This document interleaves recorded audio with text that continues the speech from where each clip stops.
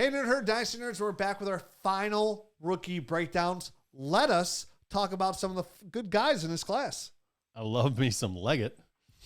Yeah, we have a good discussion about a guy that's in most people's top 5, but maybe not for us. Let's dive in. Make a salad.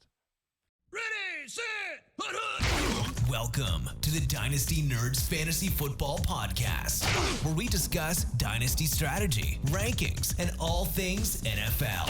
So get ready to geek out on fantasy football with your host, Rich Dotson. And welcome to the Dynasty Nerds Fantasy Football Podcast.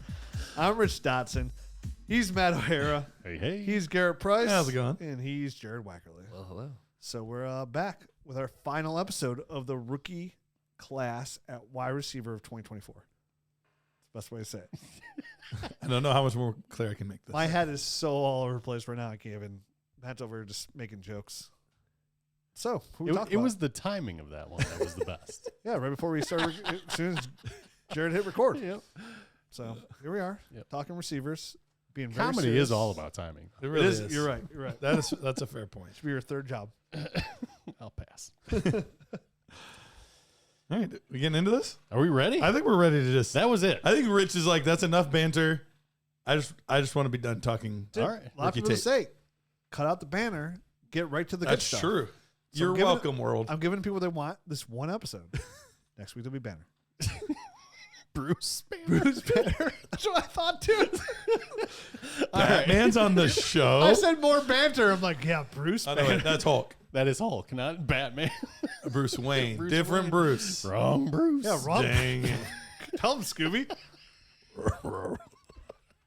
All right, guess we're going to talk about the banner's the back. difference between Bruce Wayne and Bruce Banner. The banner's back. You can't Who'd get rid of win? it. I mean, Bruce Banner for sure win, right? Yeah, of course. I mean, Batman is one of the more overrated superheroes in the sense of he's not actually super. He's just rich. Arguably my favorite, though. I mean, he's the most relatable. Yes. Christian Other than- Bale. Other than the fact that he's The got rich part. billions of dollars. Yeah, that really rich That butler. Playboy That butler philanthropist thing. type of thing. Yeah. Sets him apart. I don't see Jeff Bezos was walking around with a Robin. That's a good point. All right, Or we're in talking tights. Anyway, moving on to wide receivers and off of rich people. Troy Franklin, wide receiver, Oregon, 6'1" and 7/8 inches tall.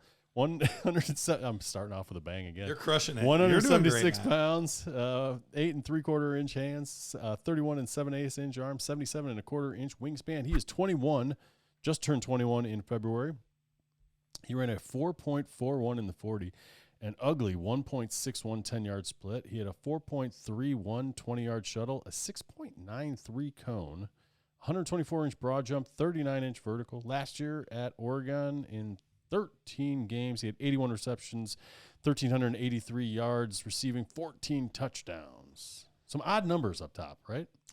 Yeah. Some of that stuff just is hard to nail down. How the heck does a guy run a 4.4, have a 1.6 split, have a 6.93 cone, and a 4.31 20-yard shuttle? Makes sense of this, Garrett. It is weird. Rich was supposed to go first, but him and I were talking about this ahead of time. This was the hardest part I had with Troy Franklin's tape. I watched him play, and I was interested. Yep.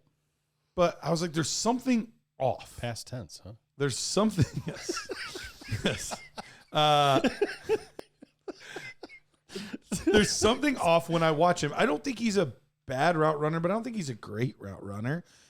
I think he's fast, but he doesn't look it, and I can't figure out why, because there's times where he does eventually beat guys down the field, but it doesn't happen right away. Like, I was just kind of confused. So I went and I looked, and I was like, I could have swore he had a good combine, but maybe I'm misremembering. And I see the 40-yard, and I was like, oh, he ran a good 40. And I was like, I wonder what the 10-yard split was. Worst in the class. The worst. Worst in the class. And that made so much, like, that was the light bulb moment for me when I saw that, because he's not somebody that gets in and out of his breaks quickly. He's not somebody that gets off the line quickly. There's not that quick twitch thing that he has that a lot of other receivers have. It's this long speed. which is not a bad thing. Long speed can still get you, but you want to have that short area, that quick twitch. And I just don't know that he has that. And it shows up on tape because I typically don't go look at the guy's numbers before I watch tape because I want to make that determination myself. What does it look like on field? Does it match up? Does it not match up? And something wasn't making sense to me, which caused me to go look at the numbers. I normally don't do that. Yeah. So when I saw that changed quite a bit for me. I don't think he's a great contested catch guy. I don't think he's... I have the same note. He doesn't play very physical, and he really can't with that weight. He's a very slender player. And once again, kind of my mini rant that I had at the end of the last episode, he falls right into this category. I was going to say the same thing. You ended it on the last show, and we're basically picking it up. Same style of player, right? Yes, he's a guy that is a long speed player that is going to make some big plays at times. But he doesn't have the short area quickness to be effective in the slot, I don't believe. He doesn't have that. He doesn't have ability to sink his hips and change directions sharply. Yeah. Very well either. So I struggle because I see him consistently as one of those guys being talked about to the Bills at 28 or to the Chiefs at 32 or one of the first guys off the board in the second round. And my score, while it's not horrific, he's only got a 72.2 for me. Whereas most of the guys that he's being talked about are guys that I have 74s and 75s. So I just think I have him a lot lower. And I guess I just don't see it. So I want to hear what you guys think about Troy Franklin because I don't see it. I don't think he's a bad player, but I just don't know that he's going to be consistently effective at the next level. I agree. I think he's limited. I think the route running... some things look good. I think he can run a good go route. He can run a good post route, a slant, anything. I think he stops pretty well too and turns around and can do that kind of stuff. So there are elements that he can do well in with what he does, right? With I guess his physical limitations, we'll call them. I don't even know if they're really fit. I don't know if it's weird. You don't want to call him physical limitations because the guy's a great athlete. He can burn, but he is more of a long speed guy than this short area guy that you really want. If you're a wide receiver, you got to be able to do both, right? And he's kind of one dimensional in the fact that he is mostly a go type of route guy, in my opinion, anyway. He's not a guy that's going to win any contested catches. You mentioned that. I got the same note there. He's not going to go up and jump and get the ball. So he's a feet on the ground, go route, post route, hit him on a slant. And if if there's no one there in front of him, the safety shaded to the other side of the field, if there's a really good wide receiver over there, you might have something. You might have some big plays coming from this guy. And he may make some NFL team very happy.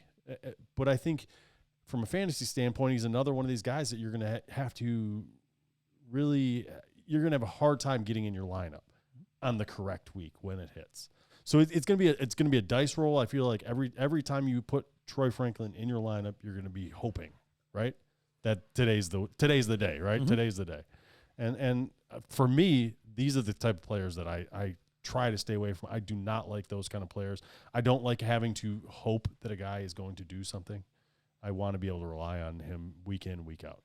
So I apparently put Troy Franklin way too high on my initial rankings. But you would be in good company. There's a lot of people that like him. In my tweet, I just want to make sure I had him as 1, 2, 3, 4, 5, 6, 7, 8, 9. I had my 10th overall player. Troy Franklin. I have him at 13, so it's not like we're crazy far apart. I was going to say, I don't think but that's there's one more player. I think, and I told you beforehand when I sent that tweet out, I had this player multiple times ranked in my tweet, and I deleted one. There's a player we're going to talk about in a little bit. You think we'll jump him? I would have higher than him, I think, now, and I think I'd flip Troy Franklin with him. I will say, even though he weighed at 176 at the combine, I read into it going into the combine, he had the flu leading all the way up to it. At his pro day, he actually came in at 184 on his pro day. And I guess that's pretty good. I guess he was sick the whole week of the combine. So I actually like Troy Franklin a little bit more, but the more you guys the things that you talked about kind of stick out, some of that tape to me, it does kind of want to make me rehash it. But I'll say I thought he came away as a much better route runner than I thought. Because again, I thought he was kind of everything you said, like a speed guy, stretch the field. That's what he was. Take the top off for Oregon. I came away a little bit more impressed with he's a much better route runner than I thought he'd come out there. I thought he was pretty good with the ball in his hands as well, and going out there with his field vision and going out there and playing some good yak, I thought that was pretty good. I came impressed with that. But he's not going to make anyone miss, right? He's going to win with speed after the catch. That's how he's going to gain separation. Yeah, I think he's got some suddenness to his game there as well. So I think he like you said, he could just stop at a time. Like he could win there. Maybe not. And that's in certain ways. I think the only thing he can't do is like a sharp in-cutting or sharp out-cutting routes. He's never going to be able to do that. Like his body doesn't. He's too upright. Mm-hmm. First of all, he's got small hands. It shows on tape. No, I'm just talking about his movement. I don't care about his hands. That's what I'm talking about. Smells like cabbage. I just think from a movement standpoint, from like the routes that he'll be able to win at in the NFL, I think those are going to be the hardest ones for him to master. Any sort of in-cut, out-cut, something that's but he can stop on a dime and flip his hips around and face a quarterback. I think he's fine at that kind of stuff. Yeah, he decelerates better than he accelerates. Yeah. So I thought, I was some of my concern. I wasn't as concerned about some of the things you guys were talking about, but it all makes sense. I thought his hands weren't that great at times. Like he had more drops than I would love. He was credited with 9 drops last year. Yeah, so I looked it up. He had a 10% drop rate. Yeah, and I don't think he's great in like contested catch scenarios, and obviously he was used in some pretty low percentage passing situations, right? Downfield and stuff like that. Mm-hmm. I did see him lose one that he probably should have caught over his shoulder. It would have been a really nice catch, but he just completely, lost track of it over there. And that one is a drop, or maybe that wasn't even a drop. I don't even know if it is hands.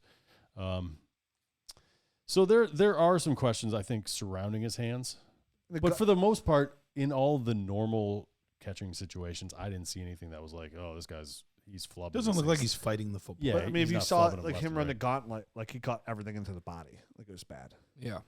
Everything. Was he the one that was weaving like crazy too? Yes. Like 3-4 yards drifting. It was atrocious. Yeah, so he weaved against the ball, away from the ball on every one. So he had slithered had a little more time to and body caught every single one. So I probably probably at time I probably did he have throw too up high. right after that? no. Like I definitely have the band. We're going to talk about him soon. I'll say his name, Jermaine Burton. I don't even care on there. And I don't even care. I even think Put now it it's in like, the oh universe. man, like depending where they get drafted, like I might even like Malachi Corley more if he gets drafted in the right spot. So same thing, like Malik Washington. I want to see where Troy Franklin goes and how he's going to be used. Like same thing, like him with the Chargers and Justin Herbert. That'd be fantastic. He's in this group of guys that are 9 through 13 for me. Yeah. That I have to figure out. Yeah. Exactly where. The problem with the Chargers would be that seems like who Josh Palmer is. Like just go straight and catch it. So like they already. But Palmer's gone after this year. True. I don't know. I have a hard time seeing Oregon. how his game is going to allow him to win at the next level to the point that we are ever going to care about him. He's actually, I think I might be the lowest actually out of all of us. I have him as 18th he's 18th just raw pure nerd score, but like he's in like a group of 7 receivers that are all within like a point and a half of each other that I would call a tier. So I think he really struggles when DBs get their hands on him. Like he gets thrown off his routes pretty easily. I just see him more as a deep threat than anything, and I think those guys are a little easier to find these days than not. He was pushed around by the defensive back pretty easily. Yeah, I have him too high in my tweet. Now I feel bad for now in the universe. No, I mean we all make adjustments and stuff, and look, even though we more or less feel very similar, it's very common. Like almost every list I see, he's in the top 5 or like right there after where he's at like 6 or 7. Like almost everyone has him really high. And this is just like, maybe this is a Quentin Johnston for us where we're like, everyone else is saying this, but we don't see it. Yeah. And that happens sometimes. Except for me. You're changing your heart. Yeah, because you guys are all telling me how bad he is. I'm like, I know I have to go watch more. Like now I got to go watch more, but I trust like our process well enough. I'm like, oh, yeah, you guys are probably right. Yeah, he's a weird one for me because it just feels like he's been propped up by the media this entire time, and it just feels like no one has the courage to say like, wait, maybe he's about these not things? as good as we think. Yeah. And I think that happens when you actually sit down and take the time to watch tape. Sometimes things are revealed that if you just watch highlights, if you're just watching clips, if you're just that you won't see. And that was another thing with Troy Franklin. I actually did go watch his highlights after I was done with his tape evaluation because I was like, all right, I want to see the best of the best for Troy Franklin. That's what I do sometimes. If I don't know if I've nailed this guy, if I'm missing something. The whole highlight tape was either him outrunning someone or busted coverage. Or a busted coverage. Like that was almost the entire highlight tape. And I was like, I don't love that. I don't love that. It's worse for me. I was going to say, well, God, man, your rig can sound really bad. I don't think it was that bad. Like, it can't be that. I can't be that far off. So I don't know. Like I said, he doesn't have an atrocious score for me. Still above that 72 threshold. I just think. I think I have him at a 73 something. Okay. 73.3. I just think everybody talking about him as wide receiver 4, 5, 6, whereas I'm at 11, 12, 13, 14. Okay, I am a 10. So, again, I'm not like crazy far. Yeah. No, you're not at all. All right, good. So then he's my wide receiver 10. I think I am at, I think I said 12 or something like that. I think 13. He's really 11 for sure because I'd 100% You're about to bump someone already. Yeah, I have see, ahead of you're him. not far off. Yeah. I just put him there. So, nerds, listen up. This is your last chance to take advantage of our free year offer through our promotion with Underdog Fantasy. Deposit at least $10 with Underdog using a promo code NERDS and receive a free 1-year membership to Nerd Herd and the Dynasty GM bundle subscription to Dynasty Nerds. So you get everything we've always been talking about for a $10 deposit on Underdog using that promo code NERDS. This offer closes on April 30th, so don't miss out. We are almost through all our rookie breakdowns, and right now you can take advantage of these insights by drafting best ball teams, including this 2024 rookie class. Draft your team and don't worry about setting a lineup, making trades, or paying attention to the waiver wire.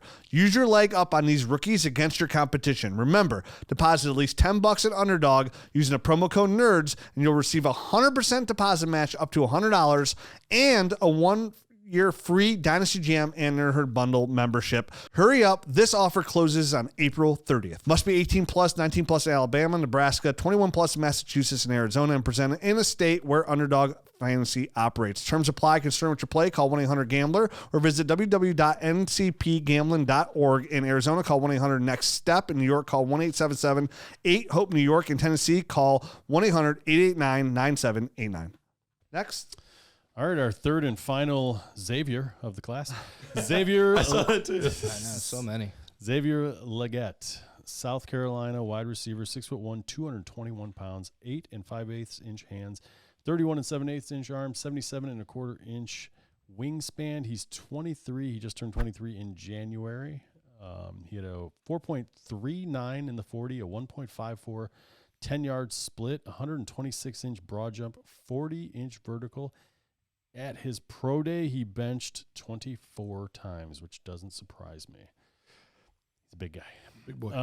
In 12 games last year, he had 71 receptions, 1,255 yards receiving, 7 touchdowns, 9 rush attempts for -9 yards.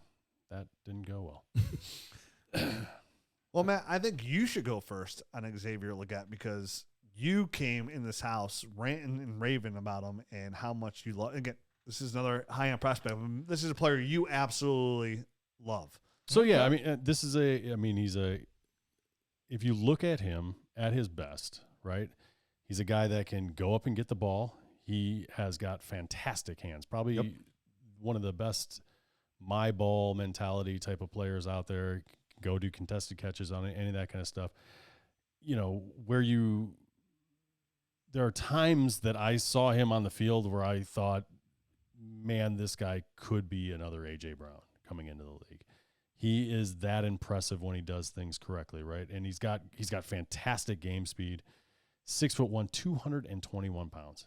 Big, physical wide receiver, He right? looks big. Like he's broad up. Like He in the looks very broad.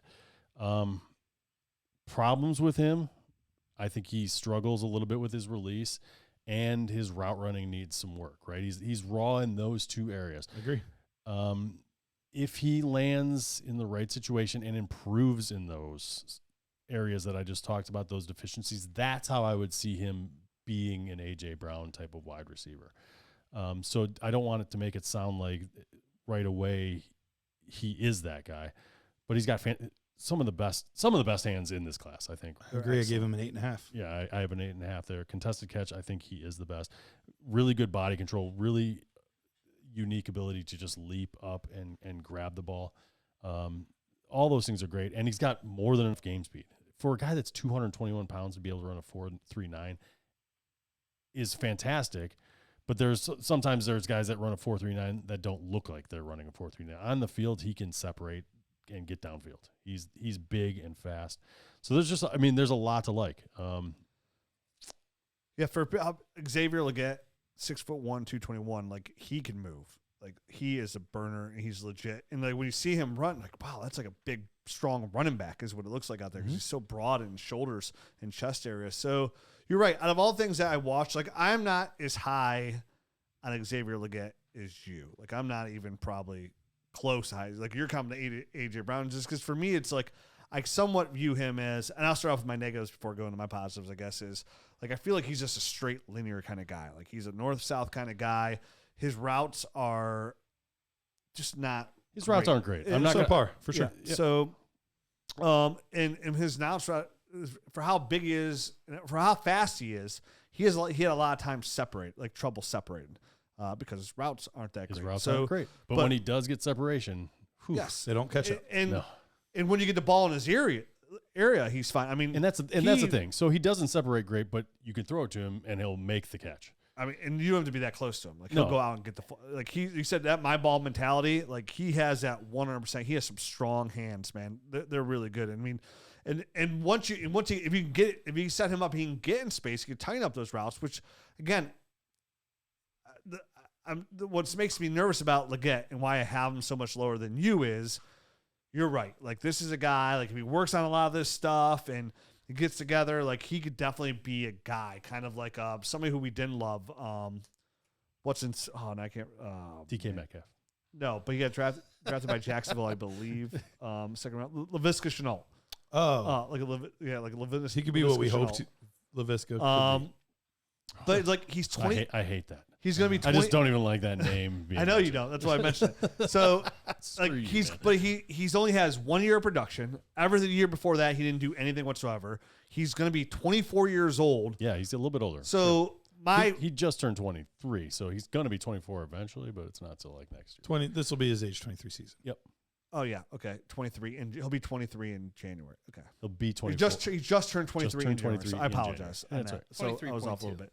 So my worry for him is like for how much, like for him to really be like you mentioned, like to take this game to the next level. Like I don't know if there's enough time for him to be a really good dynasty asset from that standpoint. I like him as a player. I think he's definitely got some good upside. But for me, like him being older and what he has to work on, like and him being somewhat in my eyes one dimensional. He came out of nowhere. Also, I mean, he did. Yeah, 80 yards in 2019, 113 in 2020, 63 in 21, 167 last year, 1,255 this year. You know what? Literally out of nowhere. And you know what? Literally. One thing I think he could do. This is another weird thing I saw him doing on tape a lot. Like I think this would actually, if he just stops doing this, will help his game and definitely help his jack at least. Is like he like jumped, like every time the ball came from him, he like jumped for it. Like even when he didn't need to, like he could have caught the ball like somewhat in stride, or at least caught the ball with those strong hands and then made a move. Like did the Garrett Wilson gauntlet? Definitely because how big he is. But yeah, like he's out there like frolicking on the field. Like I'll have to go back and watch. I don't remember that. I don't remember that either. So it was, but I could have missed it. Yeah, just look. If you do go back and watch, look at it subtly. Like he jumps for the ball unnecessarily. I'd probably at that point had two hearts for my eyes. So before I go, Jared, I know you had kind of a little bit of an interesting insight on why it took him a little bit longer to break out. Well, it was actually from Brett Coleman on Twitter. I saw he put out like a short thread just to give some context as to why Xavier Legette may be a late breakout. So in high school, he actually played quarterback because he was the best athlete on his team, and he ran the ball from the quarterback position. Like 1,800 yards, right? Yeah. And then he gray shirted, which if you aren't familiar with that, it's basically like a delayed scholarship. So like you come in, you take classes, but you're not actually a part of the team until the next year. And then COVID hit, which obviously was tough, but everyone had to go through that. And then after his sophomore year, they had a coaching change. So that can mean a whole lot of different things. Sure. And it's tough when you're Especially trying if you're to not develop. a 5-star. Yeah. So I mean, a lot of those kind of factors weighed into that, and he's been through a lot in his life. He lost both his parents in high school. But everything you read on this guy is like class act. Like they always use Xavier Legette as like an example for like new kids coming in to that program. Is like that's who you want to be like and emulate. Work your butt off and just some context that Brett Coleman put out on Twitter I thought was really good to go over. And I actually I heard one of the announcers talking in one of the games. I think it might have been the first game of the season because that was the only one that was not one of ours from all 22. It was like a YouTube clip, a YouTube cut up, and they were referencing the fact that the light bulb turned on at the end of last year. He returned a punt for a touchdown in the game, and he's like, that's when he credits the light kind of coming on for him. And he had a motorcycle accident in 2021 in his junior year too, which also hindered his ability to produce and develop. So that is a lot. Yeah. So maybe like then I had assumed, I was like, wow, he didn't do much, and like he's older and he needs all this work. Maybe he has an opportunity to put the work in. Because I mean, again, I like the player for what he does well. I think he, like you said, some of the best ball skills in the play. No doubt. Like his hands are fantastic. I mean, and there's some plays you watch. I mean, he's literally diving for the football, fully extended like Superman, and comes down with the football. Like he's a fun wash there. And like I said, my biggest negative is like he's so one dimensional. Like I feel like by the time you can put a whole game together there, you have like a year, maybe 2 of him on your dynasty roster. So like I get what you're saying with amongst this class, but I feel like he's more like, I feel like Jalen Polk is one dimensional, right? Where it's like it's only jump ball. Legette can do that kind of jump ball contested, but he can also go deep. He can also do things over the middle. He can get some run after the catch. So like I get it that he's not like a lateral mover. He's a little bit of a freak show. But I think he's a little more than just like one dimensional. You're right. I'm probably saying it's the wrong way. It's just I view him as like when I think I'm almost like maybe it's the way he looks. I'm in my head I'm viewing him as like a running back where like he's a north south kind of guy and that's it. Like there's DK no shake and bake. like that. DK Metcalf's a great comp for a guy like him actually. Yeah, sure. I like that comp. Like not as much of a maybe he is a beefcake. I haven't seen him with a shirt off. He's 221 pounds. I can guarantee he's got some beefcake to him. and I was down on DK coming out too. So kind of like for some things that hindered him, and DK was able to put it together in the right system. So that's how he if he could do what DK did, that path NFL. That's how he wins. That's how he becomes like that one wide receiver 1 year. Worth like a high startup pick. That's how he becomes like a good player. An elite prospect. And you're right. I should probably use that as something to be optimistic about because that's a really good comp. So I think honestly, I think he's got better ball skills than a DK Metcalf, who was more of just like a go long or a stop route guy. And I think he's got a little bit more dimension to him if he figures out how to refine those routes. And I think that is the biggest thing. And understanding that he wasn't a wide receiver coming out, had to develop that. Maybe there is hopefully still a little some development that can be done there. It is harder when you're an older prospect to count on some of those kinds of things. Sure. But when you haven't played the position very long, you didn't even play it in high school, it takes some time. And hopefully if he gets with the right coaches, the right system, as much as I find route running very, very important and very, very valuable, I found it fascinating. A couple of years ago, I was listening to Kyle Shanahan, and he was talking about Brandon Ayuk and Deebo Samuel, which I think we would both consider both of those guys good route runners. And he was like, Brandon Ayuk, especially Brandon Ayuk. Yeah. And he was like, almost all college prospects coming out are terrible route runners. Like most of these guys need so much refinement and work. And I was like, you got some pretty decent ones there in your roster. You got 2 really good receivers. So it was just an interesting little thought of, as much as I find importance in that, I don't know that coaches always care as much because they believe they can develop that. Now, can they? Sometimes your own hubris gets in the way, and Sure. sometimes guys just can't do things very well. But that gives me a little bit of hope as a possibility there. But I'm with you. I have a 74.5, 5.8 to be specific on him. So really, really solid score. That's high. Is he in your top 5? He's 7 for me. Okay. He's 7 for me right now. So I have the big 3, Adonai Mitchell, Conkey, Xavier Worthy, and then Legette. He is 75.35. Okay. So you got him He a little is, bit higher for me. Yeah, he is my number 6 guy, but it's between him and Brian Thomas. There's a 0.2 point difference. Okay. So 0.2 is only. What'd you give him for route running? I think a 6 maybe. I gave him a Hold on. 5.5. Let me see. I gave him a Okay. subpar grade and I- a 5 for release. That was 6. I'm at a 72.9, so it's a little lower, but he's in my top 10 as far as like nerd scores go. He is 10. Okay. Cool. Yeah, I got him in the teens. I got him like around like 13, 14 around there. But he's in that tier of guys that all offer like upside. So like Sure. let's see where he goes and what position he's into. But I said, I mean, that DK Metcalf kind of flipped a switch in mind. I'm like, oh, that's a good He comp for him. could honestly be my number 5 guy by the time we're all done. I'm really curious about draft capital. Me for too. him. For sure. We were talking about that before the show. Like, I could see him being an early 2nd round guy. I can see him being an early 4th round guy. Yep. Like, which is drastically changes how you view this player. And so it's, we talk about these tape scores, and I find them very important and very helpful. But at the end of the day, they're just a piece of the equation. They're a piece of and he's a 23-year-old guy. You know what I mean? So who knows how NFL teams are going to view that? Yep. Some don't care. Some care a lot. Yeah, some do care a lot. Yeah, a lot of teams. Right. Like Absolutely. the Browns are one of those teams. They don't DK draft players was- that are over The Packers are 22 another years one. old. They don't draft old guys. DK was a couple inches taller, about 10 pounds heavier, and AJ Brown was almost the exact a same little size. more explosive. Yeah, Matt Compton and AJ Brown. AJ Yeah, Brown that's- is almost the exact same size. They had real comparable Okay. combine measurables as well, as far as the speeds and stuff. Muy interesante. Hey, Dynasty Nerds, it's time to take your Dynasty game to the next level with FFPC's Dynasty Startup Leagues. Whether you're a seasoned pro or just getting started, FFPC has a league for you with entry fees ranging from $100 up to $5,000. Choose from a variety of formats, including Superflex, Best Ball Superflex, Triflex, 1QB, and Standard. With weekly lineups, waivers, trades, head-to-head matchups, and playoffs, FFPC's fully managed leagues provide the ultimate dynasty experience. Most importantly, the leagues are here to stay. FFPC has never had a dynasty league fold. They manage the entire commissioner experience from buy-in management to fulfilling your orphans. FFPC is perfect place to expand your dynasty league portfolio. And here's the best part.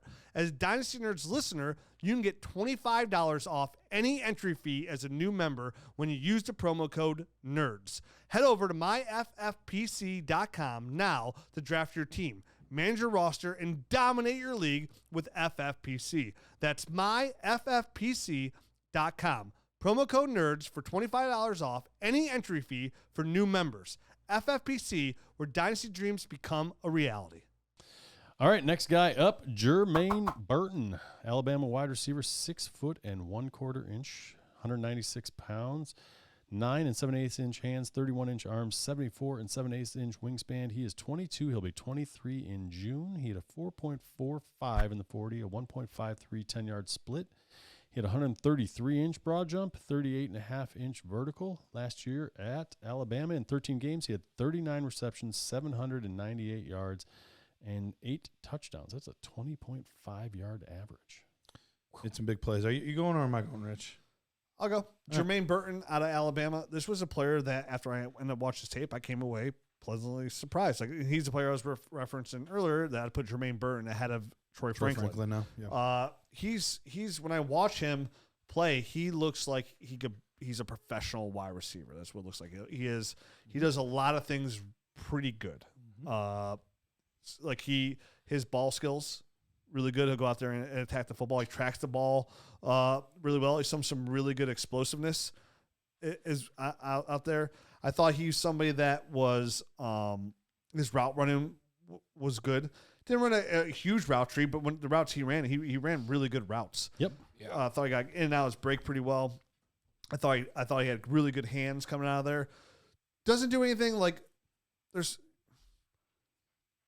he doesn't run like he's not going to run routes like he's not going to Amari Cooper. Like he's not going to be juke. He doesn't have to loose his hips, but he's pretty explosive for his size and his route ability. For me, when I see him, it seems like this is a player. If he had I would like to saw him better with like a better quarterback, like in a better overall offense, and see him play there. The year before with Bryce Young, I went back to some of that tape. I didn't see any of that. I felt there was a lot of meat left on the bone with him. No, I agree. I think between Jermaine Burton and Romaine Wilson, or Romaine Lettuce Wilson. I'm hungry. Roman Wilson. We are very different people if you think of lettuce when you're hungry.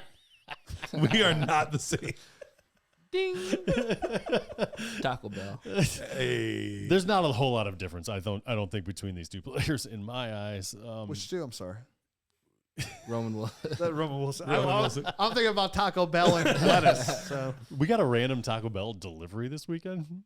We weren't awake. Just on your doorstep? We weren't awake for it. Somebody door dashed it and it went to the wrong house. I woke up on Saturday morning so confused. I looked at my Ring notification. I'm like, a Ring notification at 3:50 in the morning. I'm like, what the heck? 3:50? Yes, dude. So I let the dog out the back door and went right to the front door. And there's a big box of Taco Bell sitting there. What time did you wake up? It had been too long. Yeah, as much as I love Taco Bell, it has one of the shortest shelf lives of anything McDonald's French fries. Yes. It's like, you better eat it in the first 5 minutes or it's ruined. It was a big box, dude. So whoever that person was is so really sad. Where are we at? Anyway, Romaine Burton. Jermaine Burton and Roman Wilson obviously turned into Romaine in my brain. I don't see a lot of separation between them as far as skills. They seem to win the same way. They're very crisp route runners. I think maybe Jermaine has a little bit more downfield element to his game, but he's another guy he feels like a Z to me, and he's gonna probably be drafted in the range where he starts off as the third wide receiver on a team. But I could see him quickly moving into the number 2 role in a team because I think he's pretty professional. He's pretty polished. I think he could be a Z or a slot. I think his route running is good enough and his short area quickness is good enough that he could be either one. Yeah. I wish he was a little better with the ball in his hands. A little more yak. Yeah. Let me see what I have there. I thought it was decent. I had a 7.5. He made some moves. Like, I thought he could make people miss and stuff. So it's funny because I said that in the first episode. I was like, Wilson reminds me of someone else in this class that we'll talk about later, and it was Burton. Okay. So it's funny that you said that. I think they are similar players. I just think Burton does everything a little bit better than Wilson. Like all of the nuance to his game, I think he's a little quicker on the field. Even if the times don't show it, it seems like he separates a little bit, like all of that stuff. But the one thing that really tipped it over the top for me, that I talked to Jared about it, and I just fell in love with this aspect of his game. In situations where the play broke down, and with their quarterback, more of an athlete, plays broke down a lot, and he extended the play. He was excellent at the scramble drill. Yeah. He was excellent at finding the dead spot. If it was a short route, going long and getting open. If it was a long route, coming back to the football, showing his number. He just always figured out a way to make himself available to the quarterback. And that is an awesome trait to have in today's NFL, because there are so much more off-script things that happen in the NFL now than have ever happened before in years past. So many more of these quarterbacks are athletes. So many of them are wanting to extend plays. And now we're adding guys like Jaden Daniels and Caleb Williams into the league. So there's going to even be more guys like that are just going to try to extend the play, try to find an open guy. And he's somebody that just seems to have a real natural knack for doing that and getting open. And that was one of those things that really kind of catapulted him. So for me, I ended up having him higher than I expected to, because going into it, I was like, I don't know. We'll see. I've seen him on TV. I've thought he was okay, but he came away as my wide receiver 8 in the class. So I was very pleasantly surprised with how much I enjoyed his tape. And I think I'm going to have a lot of Burton shares, because I think I am a little above consensus on him, but there was nothing in his profile that scared me, and there were a lot of things that I really liked. And he's a good player. I think he's a solid addition to anyone's team, right? Mm-hmm. And oh, for sure.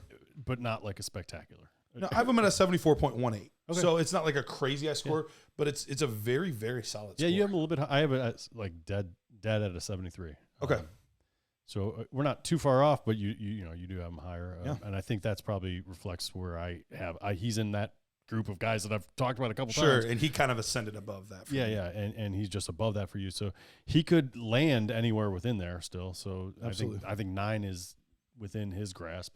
He's one of those players that comes off where when you watch him play, like he looks like a really safe player. Yeah. But a lot of times you say that in a negative way, like, okay, he's a really safe player because this is what you get, right? Mm-hmm. Like he's not going to be great, but he's not going to be bad. Where I think Jermaine Burton kind of offers a little bit of that tease of like, oh, Yeah, this I like can that. actually ascend and be a little bit better. I So like that. that's the kind of player where why I want to put him ahead of Troy Franklin, where a lot of these guys are like upside or a lot of risk. Like you get with Jermaine Burton, you get the kind of safety net with that upside. So I like that. I hadn't thought about it bump that him way. there and put him at right around like 10. Yeah, I hadn't thought about it that way, but I think that's a really good way to phrase that because he does everything well enough that I don't see him collapsing, but he does offer some things that could tear up if everything were to go the right way. Definitely the right offense. And that's what when I figure out that 9 through 14 tier that I have there, it's going to be likely between Jermaine Burton and romaine lettuce for the 9-10 spot, and I'm just gonna have to watch those guys kind of back to back to figure it out. Yeah. And Anyone want to chime in on there, Jared? Yeah, I like Burton a lot. Like you said, I mean, he was good across the board and then really good in some key categories that I like with hands. I thought he had really good hands. He was a really good route runner. Like he was up there with some of the best in the class. Boundary awareness. I thought he did really well around the end zone, or I mean around the just out of really bounds line. polished, Yep. like a pro receiver. Like he's ready to go to the league and produce. And I think he would be best out of the slot actually, if he were to. But I think he can play on the outside too, which we saw in college. He's right there with like wide receiver 6. He's behind Ladd for me. He's in the tier. He's with Ladd, Xavier Worthy, Brian Thomas, and then So you have Keon highest. Coleman. Yeah, I have him as 6th. I mean, it was in terms of like raw score right now. Nice. Jermaine Burton, Alabama. Getting some Got- love. Bumble your some stuff. boards. Some good. And you're going to give Jermaine Burton mid-second. Yeah, Easily. right. I mean, you got to weigh out the cost too, right? Like you're not just gonna reach on a guy. No. He's another one where could he be early second round pick? Sure. Could he be an early fourth round pick? Sure. Like with so many good receivers in this class, it's really hard to know on some of these. Yeah, guys. it is, and it's hard to know if guys are or when guys fall, if they fell because there's just so many wide receivers, Right. or if Is it's because there- there's a red flag, or if it's because, you know what I mean. Like It's true. there It'll are give us clarity, and it won't at the same time. really- Say the rest. Like Jermaine Burton goes to the Eagles in the third. Say the Eagles take him in the 3rd round or 4th round. Like that's where he goes. They take him in the 3rd. You're like, oh, dude, he's on the Eagles though. Like they just extend. Yeah. Yeah, Devontae Smith. They have AJ Brown. Like he's Where's going the to help the Eagles, opportunity? but there's going to be no opportunity there. Right. So that can also happen to a player like him or anybody else in this class. I think Xavier Legette. You know, like Sure. we don't have that. Like Yep. he's offset AJ Brown. So nice player. Nice bumping on. And he's one of these guys that if you watch the tape, you come away, oh, surprise. Yeah. Like because like now I have another player that I want to draft. Like not that like. If he comes to me, like, oh, this is a player I want to get. Yep. Kind of go back to the last episode when you walk away, like, I got this player, and Ricky Pearsall, baby. You're like, Yeah. wow, that's a good draft. All right, moving on to somebody that would be a bad draft. Cornelius Johnson, wide receiver, Michigan, 6'2" 3/4 inch tall. Tallness. These guys sometimes throw me off. 212 pounds, 8 5/8 inch hands, 31 7/8 inch arms, 77 1/4 inch wingspan. He's 23. He'll be 24 in November. He ran a 4.44. He had a 1.55 10-yard split, 127 inch broad jump, 37 inch vertical. I feel like 8 and 5/8 hands are small for being somebody like 6'3", 212. Well, in 15 games last year, he had 47 receptions, 604 yards receiving, and 1 touchdown. He had 3 rush attempts for 40 yards. Guys? I know you're going to go over the stats. Forgot about that. Yeah. Sorry. Guys, Yeah. is there anything here? I don't think there's much. He rounds his routes. I feel like he looks like a runaway freight train at times because he just can't change directions. Control. He's out of control. He's like literally flailing his arms. I thought he was good in the contested catch. I would agree with that. I think he was one of those ones where with all these guys that we want to watch and whatnot, I only got 2 games on him because I felt like I had a pretty good grasp. I'll get to 4 to get a score on him, but it was one of those ones where after 2 games I was like, yeah, because he had a contested catch because he couldn't get separation. I saw him make a couple of nice diving catches back. I don't think his when a hands are ball terrible. Was thrown. He's just not gonna be anything in the NFL. Cornelius.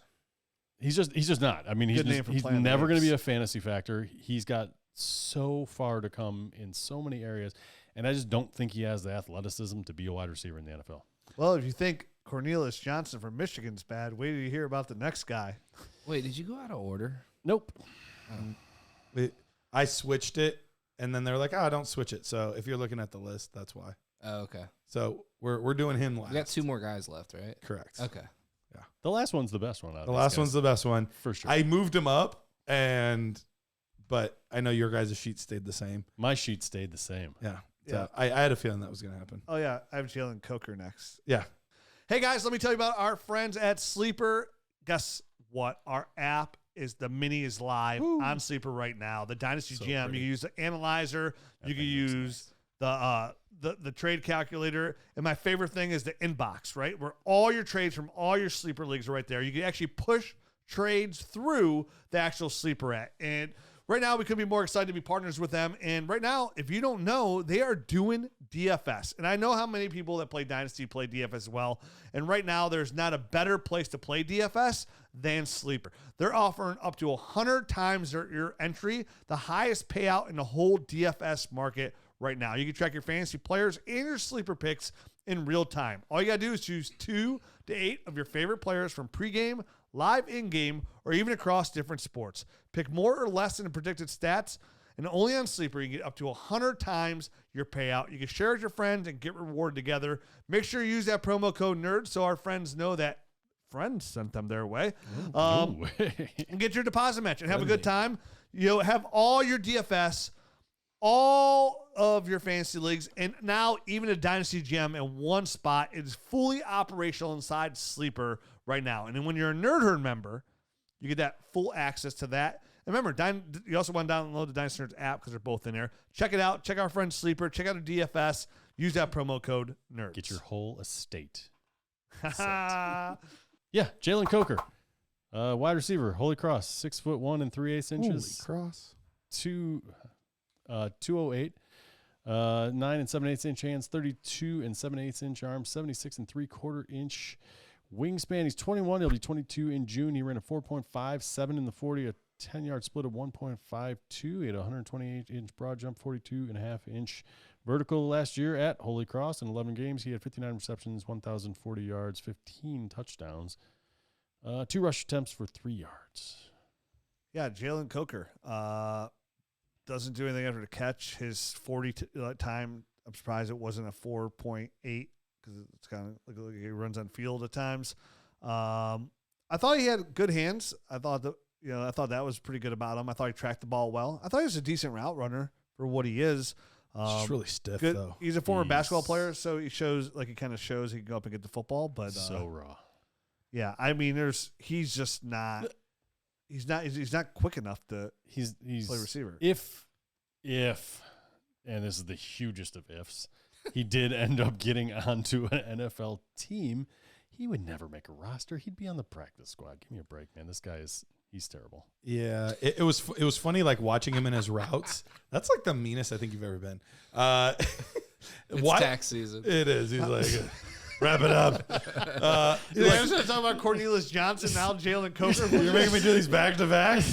Look, I watched the one tape that we have of this guy, and I was like, I'm not even searching for more. it was funny I'm not watching even him. looking for more. I'm not doing anything else. That's it. He's terrible. It was funny watching his routes because like his lower half would move, but it felt like his upper half never moved.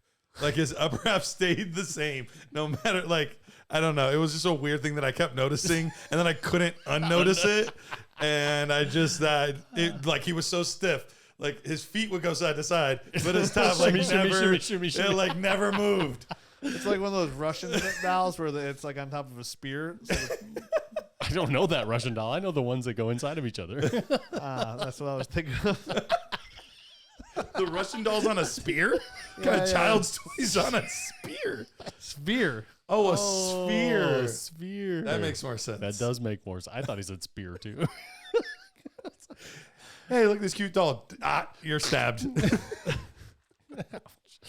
All right, let's get to the last guy because he is interesting. He is Javon Baker, wide receiver, UCF, UCF, Central Florida. 6 foot 1 1/4 inches, 202 pounds, 9 5/8 inch hands, 32 1/4 inch arms, 78 1/4 inch wingspan. He's 22 years old, just turned 22 in February. He ran a 4.54 in the 40, a 1.58 in the 10-yard split. He had 121-inch broad jump, 37-inch vertical. Last year, in 13 games, he had 52 receptions, 1,139 yards, and 7 touchdowns. This felt like the opposite of when I watched Keon Coleman, where the first game I watched of Keon Coleman, I was like, oh my gosh, it was the LSU game. He looked so good. Felt like the first game I watched of Javon Baker, I was like, why is he getting so much hype? I think it was the Baylor game. And I was like, I don't know. But it once again shows why we watch multiple games, because after that, some of his other games, I was like, oh, like his Oklahoma State game was pretty good.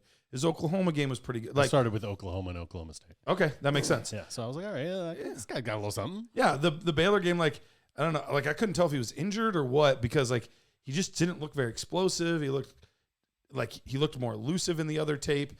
So overall, I ended up being fairly pleased with him. He didn't get an amazing score for me. He got a 71.28, so it is below that 72 threshold. 71.275.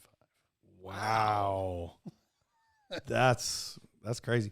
All of that to say, I don't think he's a bad player. He's a transfer from Alabama, went to UCF, but he profiles in the similar profile that we've been talking about all 2 shows, it seems like, where he is more of a Z type. He's going to be a field stretcher.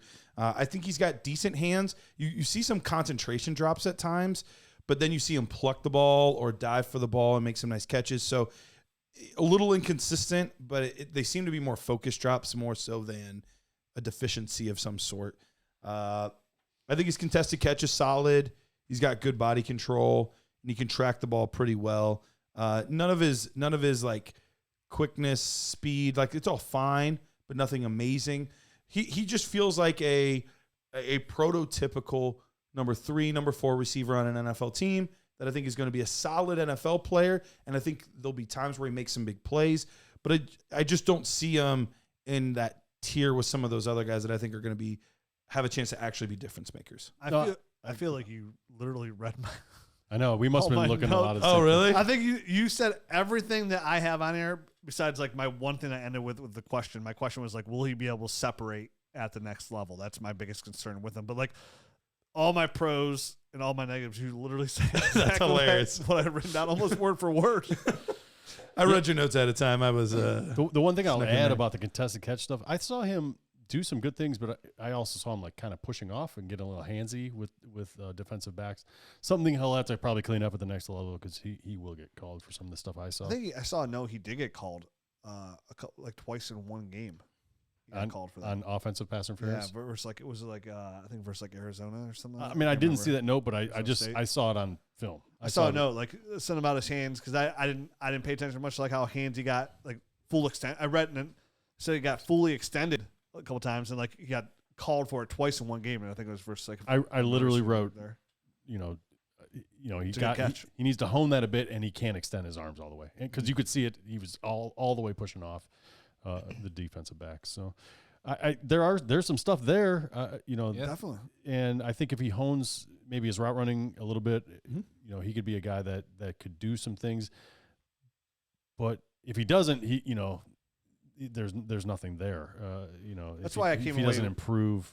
But he's a 4th, 5th round draft pick, Yes. right? Yeah. Like that's how I see him for my fantasy drafts. I'm not going to take him any higher than that. When Garrett said like I went into this tape the same way where he's been like he's a name on Twitter, right? Mm-hmm. Like people were like, oh, Javon Baker. People are sleeping on Javon Baker. So when this tape, I went into it like excited, like, oh, okay, I can't another little sleeper. Like he's my like a Jermaine Burton, right? Because I'd watched Jermaine Burton earlier than him, and I was like, oh, so it's gonna be another one after watching another Bama boy, the two bad guys before that, Will Smith and Martin Lawrence out there, bad boy. So I came away somewhat like. Where again, I agree with all the positives. Like he does a lot of things nice, but like at the same time, I came away at the same like he was decent. He's on my board. He's in the mid-teens for me at wide receiver in this class, which again is not terrible because the class is so deep. But at the same time, I came away disappointed because like I don't see anything special here whatsoever. I don't see like a really good dynasty asset. A player I'll probably, if I end up getting some shares, he'll be on my roster. Maybe I'll spot start when he's in a good position here and there, and I can kind of see him do okay. But I don't love the player. Right, by Garrett, any means. who's your guy from the Giants? Darius Slayton? Darius Slayton. Yeah. That's how I kind of see him. Like, you can't cut him, you can't start him here and there. He's good enough to be on your roster, and occasionally he'll perform well enough that that he'll do something. Yeah, that he's not cuttable. Hollywood Higgins back in the day. I said it reminds me of the day where he just retired. Like, Josh Reynolds. Baker likes him. Josh Speaking of Reynolds. that, Josh Reynolds is Look at what cup I got. You got Christian Kirksey, the other guy that retired. Yeah. Get a spot start like a couple times a year. Yeah, I mean that is how I see Javon Baker. Yeah, me too. Those are all great comps. I got a 71.9 for him, so he's like right on the cusp. But guy I'll take a shot on late in drafts for sure.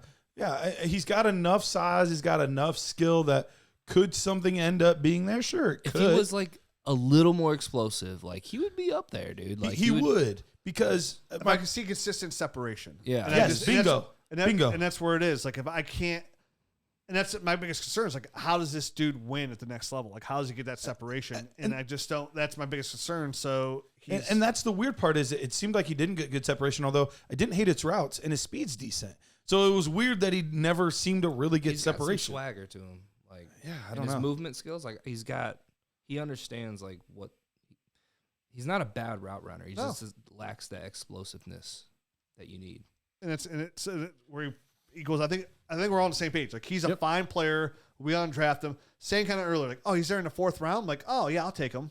Javon Baker in the fourth. Like, but mid third, like, no thanks. Like I'm grabbing running backs there. I'm grabbing.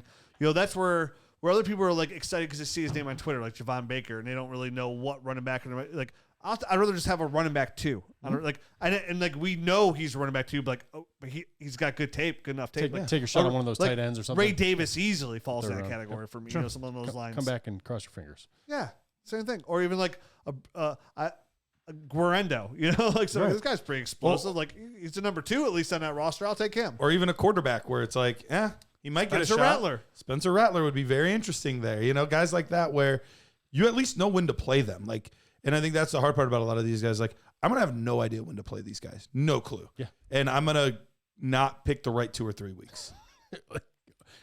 60% of the time, you're wrong every time. That's right. That's why you should just get Marvin Harrison Jr. instead. Hey-o. So we'll be back next week. Remember, the tight end episode will be on the Nerd Herd feed. But we will also put that out in the universe just on Brock Bowers. Mm-hmm. And we're going to do our overall rankings, how we combine them, who's the highest, who's the lowest on each player, followed by a mock draft, Superflex tight end premium, and then it'll be draft weekend. And make sure you follow us on TikTok, Instagram, Twitter, all those where you can find Dynasty Nerds, because we are going to set up we're going to bring a camera set up. We're all going to a cabin and retreat for the entire NFL draft for our annual Dynasty Nerds meeting. So we're going to be pumping out content there. It'll be quick videos on Twitter and all our socials. We invited Aaron Rodgers. Yes. Darkness retreat with Aaron Rodgers and the Dynasty Nerds. Sounds like I'm bringing mushrooms, boys. So make sure you follow us all there. You can follow us on our own personal socials. I can't wait for the NFL draft. So next week's leading right up to it. Can't wait, man. And remember, our podcast after the NFL draft comes out on that Monday. So if you have your rookie drafts on Monday, we're going to do a rookie mock draft Sunday night, and get it out right away for all of you guys. So yeah, boy. We're back next week with our final rookie shows. Adios.